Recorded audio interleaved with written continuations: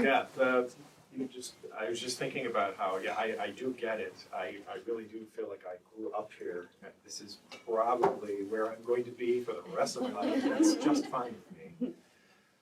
There are certain spots in the Freedom Hall building where a smell will hit me, and I'm like, it brings me back to this age. And I think, oh, I can remember my dad standing right there, and Yeah, I have. and so that is pretty cool. It's one of my favorite parts about working here.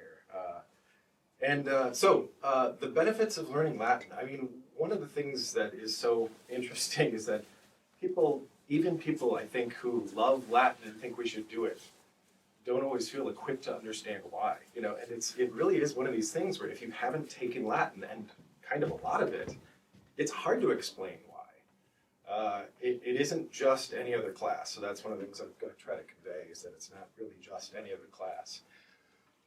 I'm going to start with something discouraging. Why do we require students to learn a dead language? And people ask, is it a dead language? It technically is a dead language, but it's very unique among the dead languages. One of my students was struggling with Latin, and it actually turns out that this student's parent was even an alum of BA, and therefore had to take Latin. And he said to his son, look, just nobody likes it, you just have to get through it. And there's not really, kind of like we all understand this is pointless, right? You just have to do it, right? Because we all had to do it, and so we're going to make you suffer the same thing that we suffered. It's like, no, that's not why. There really are reasons. There really are reasons. But I'm starting to become convinced that what happened is that there was such a great tradition of not explaining why. Just do it. Just do what you're told. And just literally thousands of years of just do this. And eventually you'll see why. And I think then around maybe the 1950s and 1960s, when people started asking questions like, why are we doing this? Why would you study a dead language? The people who were maybe even the best at it perhaps couldn't even explain it. They just weren't ready to say, well, isn't it obvious? And so to someone who's taken a lot of Latin, it kind of feels like asking, well, why even bother learning to read? We're living in a culture where you could probably survive without knowing how to read. Why would you need to learn how to read? Well, Latin's a little bit like that. Why would you bother learning to read Latin? And the answer, is coming up here. I thought I'd start with just sort of a brief, look at what Latin really is. Some people might not even understand that. It's not obvious what it is. It had its sort of, I'd say, first life as a living language among the ancient Romans. This was the living language of the ancient Romans from about 500 BC to about 500 AD. It's maybe worth mentioning, too, that since it was a living language, just like Spanish or French, if you go to Peru, they're speaking a certain kind of Spanish there. And if you go to a neighborhood of Peru, they're probably speaking even something more specific there. And if you learn your Spanish there, that doesn't mean you're going to be able to understand somebody who's in Barcelona. So that would have been happening then too. There would have been all sorts of dialects. And I would imagine, if you think about it, right here in the city of Milwaukee, you could go to 4 different places in the city of Milwaukee and hear people speaking. You might not be able to understand their English, because those are dialects, and that happens all the time. So that would have happened among the Romans too. When we think of learning Latin, what we're really thinking of learning is Cicero's Latin. That's actually, we can actually pinpoint it. Cicero's Latin. If Cicero said it and used those words, then that's it. That's the gold standard. And it's also worth thinking about how it's Cicero's polished and written Latin. He probably didn't walk around speaking the way we're seeing him writing. We're seeing him, writing speeches that were polished over 6 months. And, on any given day, he was probably speaking sloppy Latin, and at least maybe not as sloppy as other people. But on the other hand, even sloppy Latin is different from really good English, and that's one of the things I kind of want to get into. I have a question. Yeah. So would Latin have been spoken just by like the upper echelon, or was it pervasive even No, it among... was everyone. Okay. Yeah, it was everyone. In fact, some of the only handwritten Latin that you can now find is the graffiti found on Pompeii's walls. Okay. And some of it is stuff I can't even mention here, it's Oh, come on. yeah. That's why he came. There's an inn. Okay, this one's not so good. There's an inn where it says something like so and so wet his bed last night, be careful, or something like that. Anyway, so right, no, it was spoken by everybody, but probably just like nowadays. There would have been, I'm sure, like layers of how well people are using it. And Cicero was just one of the best. And, some guy he passes on the street would have been, somebody who didn't speak that well, I'm sure. Yeah. So it was everyone. And for many of them, it was a first language. But the Roman Empire became so big that it would have been a second language for many people as well. Can I have a follow-up? Yeah. Are you prepared to give this presentation in Latin? Possum said difficile, it would be rather difficult. I'd have to start thinking about some of the vocab words, so yeah.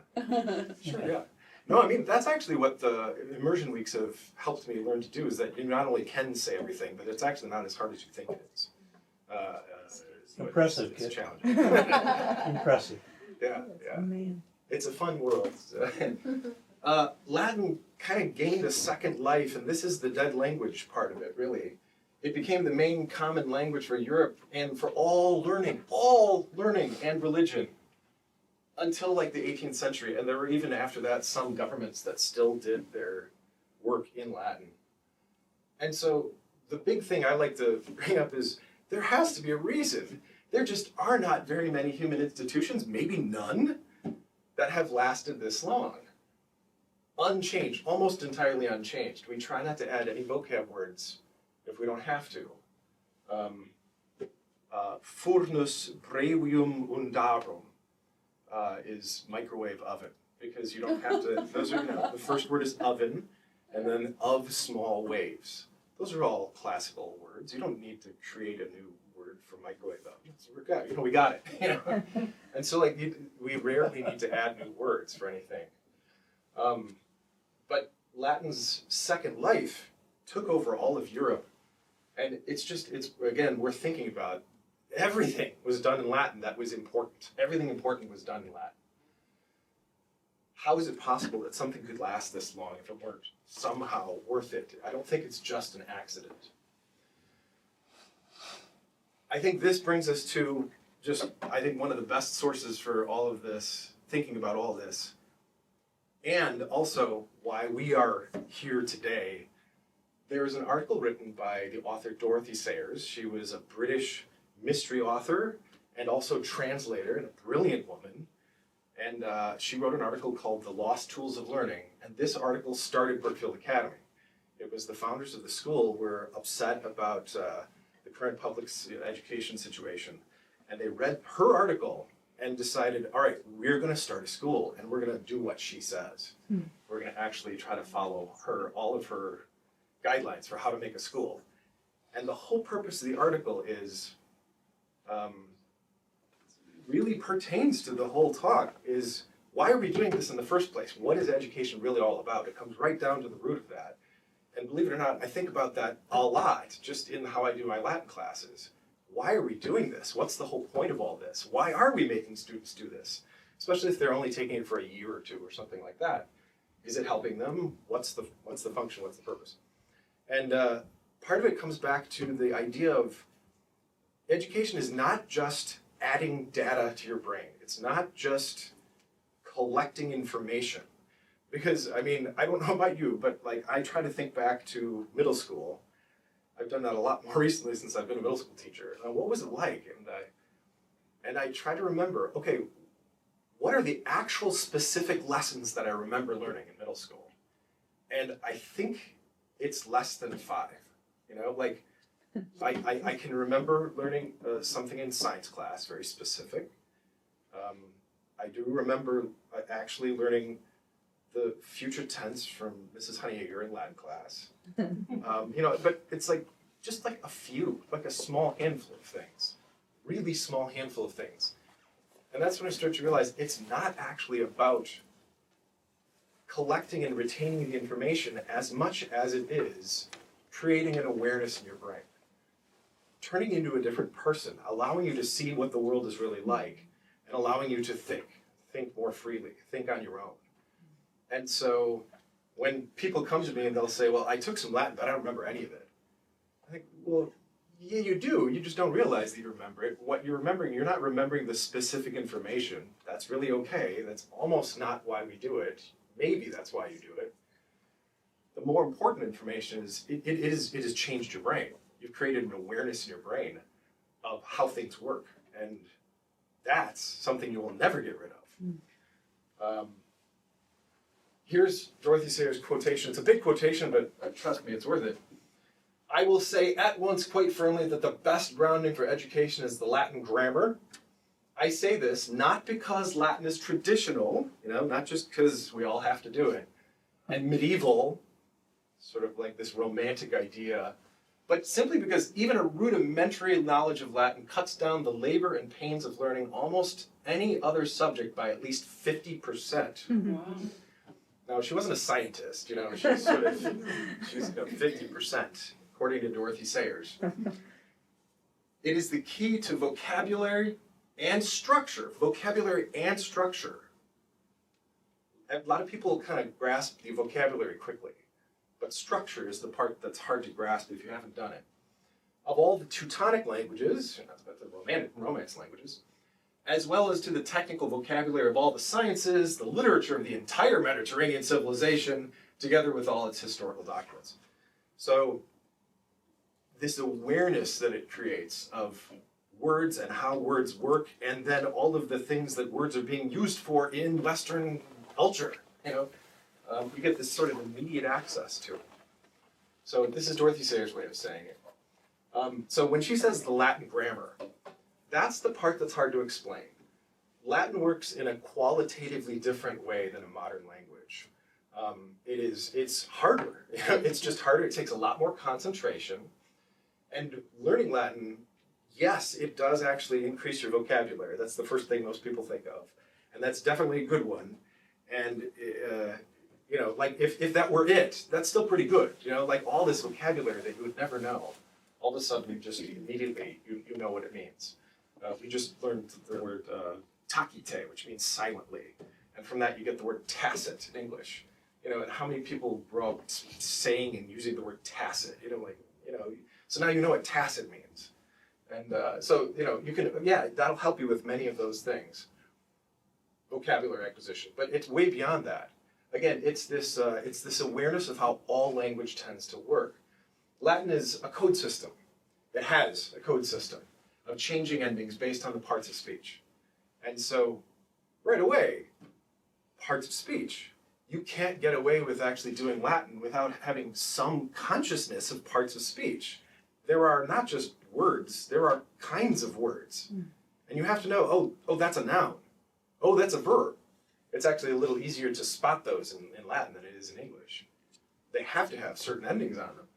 But just right off the bat, you have to be aware that's a noun, that's a verb, that's an adjective, that's an adverb.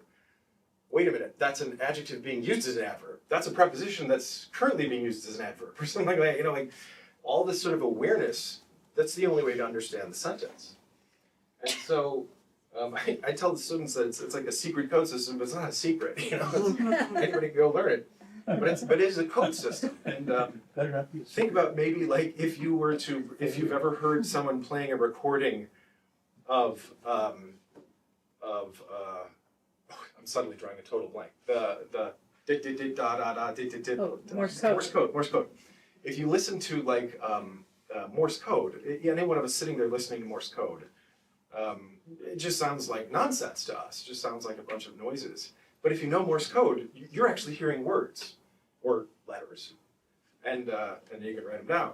And it works a lot like that. It's just a matter of time and dedication to making sure that you understand the code. Once you get through the code and understand the code, you're like, oh no, I can sort of hear things and see things. Maybe an even better comparison that most people might understand is learning a musical instrument. There are those, little spots on the page in those particular places on those lines, and to someone who's never seen it before, they might just think this is total nonsense. But years of dedication allows you to sort of read that and see, oh, that's an A flat, and then I'm supposed to hold on to it for 3 beats or something like that. And then the more you practice, the more your hands just do it without you even thinking about it. Mm. And so that whole same process is what it's like to learn to read Latin. Learn to read in general, but then learning to read Latin also, more specifically. A good Latin sentence feels kind of like a clever puzzle, written like a beautiful poem. As I don't think, like I said, like all Romans walking around the streets were making exquisite sentences, but it's almost like even the most basic sentences, even the simplest sentences that aren't trying to be beautiful, are just more poetic and beautiful and more like a puzzle than English is. I try to come up with a kind of an example. Here comes an English sentence. With food, Fred leads George's dog from the neighbor's house to the woods. Okay, I just came up with that this morning. Nice sense. But because I was trying to think of how does it feel? Well, when you're reading Latin, think about this. This is kind of how you're approaching the Latin sentence, and it feels kind of like this. Food, Fred, dog, George, from house, neighbor to woods leads. And you're supposed to figure, well, wait, who's doing what here? And it's the endings. It's the code system of endings. And what I just presented to you was merely the nouns. That's just the nouns. That's the noun system. I used a whole bunch of nouns I stacked together there. Food, Fred, George, dog, neighbor, house, woods, What's the relationship between all those words? And then you start adding the verbs and adverbs and adjectives. Doing things that we don't even do in English anymore. Having grammar forms that we don't have anymore. It's like a puzzle. It feels more like a puzzle.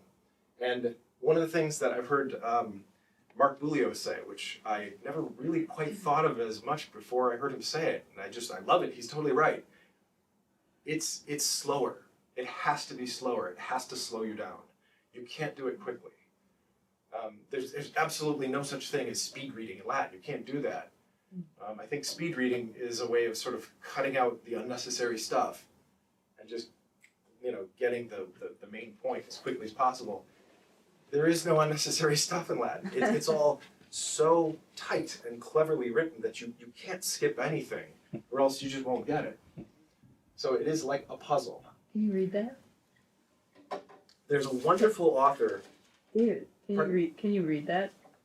Oh yeah. At least part of it? Yeah. Sure. This is actually a translation of one of the fables, Aesop's fables, into Latin.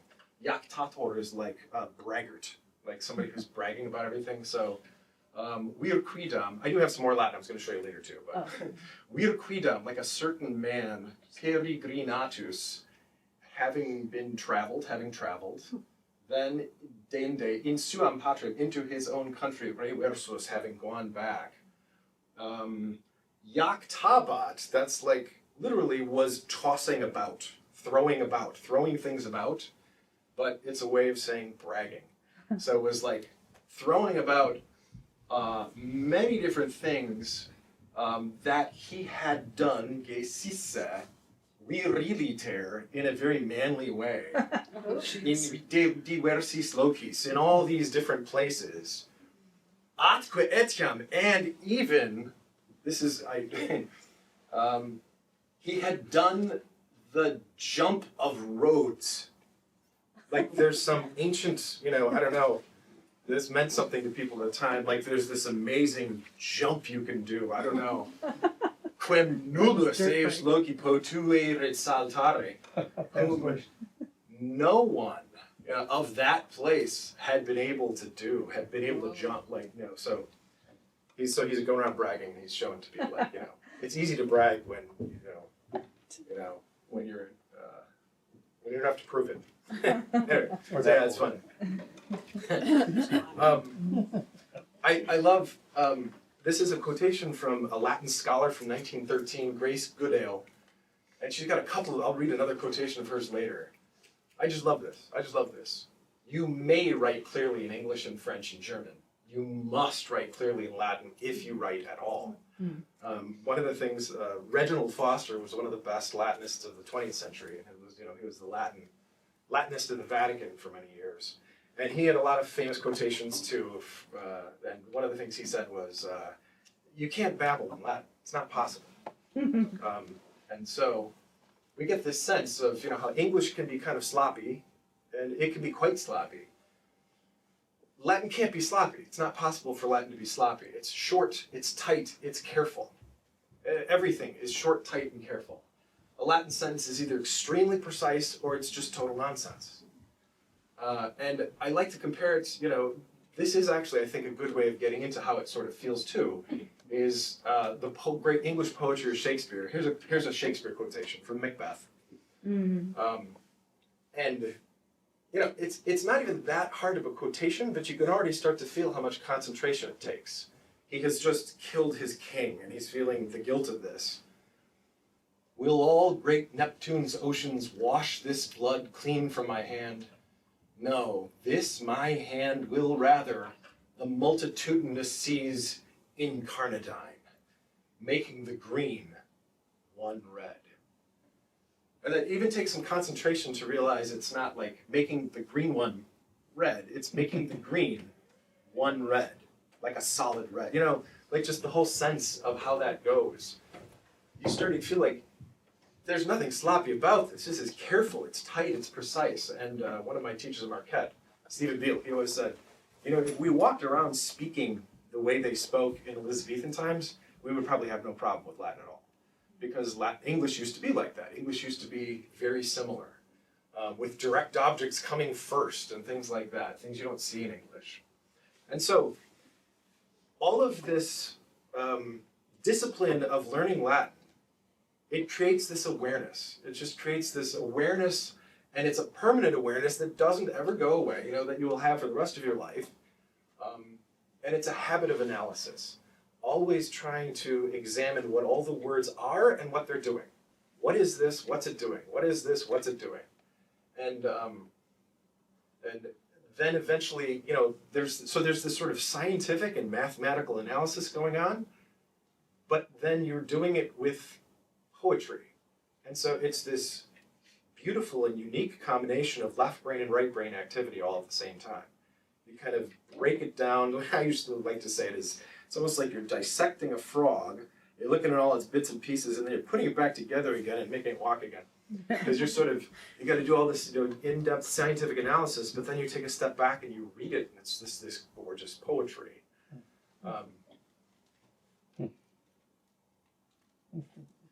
A constant analysis of words, as Dr. Bulio says, requires you to slow down and think. You start to notice everything in words.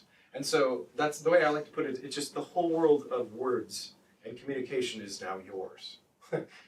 And it's like not only can you read and understand something like the Declaration of Independence, the more you do this, the more you're starting to join the people who wrote this. Your ability to just have command of the language. So, the results, when there have been times when I've been talking and some people have said, well, where's your scientific proof? Where's your scientific proof? Come on, and they're saying all these things. Well, I do actually have some scientific proof. I have studies, and I'm not going to go through all the numbers or anything, but just to give you a quick sense. Studies have now shown that, at least there were studies from 2016, 2019, 2013, 2020, that SAT scores are sort of ridiculously high for people who take Latin.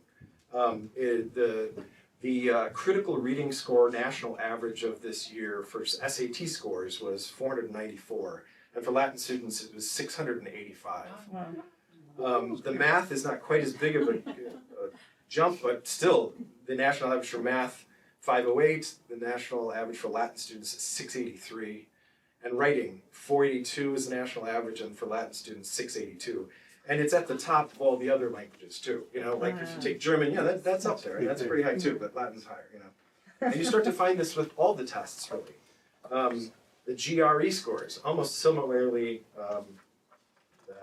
amazing. The GRE scores, I think, were for verbal, for the GRE scores, it was almost double the percentile. But this is just people who take different foreign languages. 35% was the average verbal reasoning score, 35 percentile. And for classics, you know, students, Latin and Greek, 68%. And you find this also among the people who take the LSAT, people who take the MCAT, along with math majors. Classic students have the highest success rate of any majors in law school. And for medical school, classics majors scored second highest overall in the MCAT and had 50% acceptance rate in the medical school. So I couldn't put it up here, but I don't know. You know, the little graph of, you know, where all the students fall when it comes to the law school and from the LSAT, and up in the upper right-hand corner are classic students. And it makes some sense, you know. There are some questions. People say, well, you know, is it possible that really Latin attracts those kinds of people already in the first place? So I don't know if enough studies have been done really to make that clear, partly because it's mostly not required anymore. You know, we're like one of the few places that is a true, you know, test subject, because we make everyone take it. And so there are all these people who take Latin that never would have taken it in the first place. I think in other schools it's sort of this sort of queer, sort of, you know, what is that? You know, it's an odd thing that, you know, okay, you know, sort of subculture of students who go take Latin. And really here, you know, everyone has to take it, and all these students realize, oh, I can do this, and I'm good at it. I like this. Because it's got this wonderful, like I said, combination of sort of scientific, mathematical, and poetic, you know, and they're really attracted to it. And also, I think all of the grammar we do in the lower school, all that diagramming of sentences in level 5, there is no better preparation for Latin than all of that diagramming that they did in level 5. Right? Yeah, absolutely, absolutely. And it is what allows them to, you know, kids to come into my classroom and say, oh, yes, that's a noun. You know, and that's a verb, and I can see exactly what it's doing right now too. Do you guys diagram Latin sentences? Because I feel like that's great. My very first year, the first test, you know, one of the tests I had diagramming Latin sentences on it, and I almost had a riot. So I don't do it anymore. I will occasionally put it up on the board, and they almost all go, oh no, you know. It's And because it's promises funny. are made that in middle school. That's it. Yeah. Promises are They're made. promise they'll never have to do it again. I guess. I don't know. But what I tell them is Don't too, promise that. the reason why this is so difficult is because you're taking things that are invisible in English and making them visible, forcing them to say what they're doing, you know, putting them into this structure. Whereas Latin already is doing that, you know, and so they may not realize that they're doing kind of the same sort of brain stuff when they're doing a Latin sentence, but it's just, I think, more fun. I don't know. There is a teacher at UWM, I think he's retired now, who actually taught Latin strictly through diagramming Latin sentences. I wouldn't do that. That sounds a little dull to me, but that's, you know, he was just sort of showing them, yeah, this is how you understand things. I want to switch to the words of an ancient author, and we'll take a look at some Latin here. Pliny the Younger. Pliny the Younger is one of my favorite people to read. He wrote on many letters. I think we have, I believe it's something like 200 of his letters, of the text, not the actual letters, but the text of his letters. And he was a senator, but his writing is very sort of middle of the road when it comes to Latin. It's slightly casual, but it's also a little bit polished. And he's writing about all sorts of interesting daily things in his letters. In this one, this is just one of my favorites, and in fact, I have part of this is now up in my classroom, up on the wall, because I love it so much, and I realize this really captures what we're doing. So I'll just show you what it says. Pliny the Younger is writing to a friend of his. So, Gaius Plinius that's the author of the letter. Fuscosu, to his friend Fuscus, salutat, gives greeting, salutat. Quaeris, you ask, you are asking, you may probably in this case you have asked, but it says you ask, quemat bonum, what especially in retreat, meaning here like on vacation, which, vacation, meaning the vacation, which now for a long time you are enjoying, sort of like which you are now, going to be doing for a while, I suppose. I think you ought to study. So the whole thing together is like, yeah, you ask me what in particular I think that you ought to be devoting yourself to on vacation, which you're now going to be doing for a while, This friend of his obviously saw that Pliny the Younger was an important guy, very smart, and said, I want to be like you. How do I become like you? How do I become smart like you and, right like you and all that? Utile in primis, useful above all, like in primis, like way more useful than anything else. Et multi praecipiunt, and many people are going to tell you this. Well, either ex Graeco in Latinum, out of ancient Greek, this would be ancient Greek, into Latin, or out of Latin into Greek, translate. Vertere, turn things out of ancient Greek into Latin, or, so now, for us, both those are ancient languages, but for him, Latin is what he speaks every day, ancient Greek is his ancient language. And so for him, Latin, ancient Greek is plenty challenging. And so he's saying this exercise of translating an ancient language into the modern language, or vice versa, maybe even harder, putting your current language into an ancient language, that's going to help you more than anything at all. And a lot of people are going to tell you this. Quo genere exercitationis, by this type of exercise, and we jump all the way down to there, paratur is provided to the person who does it, proprietas, the appropriate use, splendorque verborum, and the splendor of words, the appropriate usage and the splendor of words. So that's the first thing. So kind of like not just knowing vocabulary, but having this deep insight about when and how to use them. What do these vocab words really mean? And when do you use them right? Copia figurarum, a supply of figures. And by this he means figures of speech. And this means like all of the really clever ways that tricks that authors have come up with to write things. Clever things you can do while writing. I love this one. Vis explicandi, the power of explaining.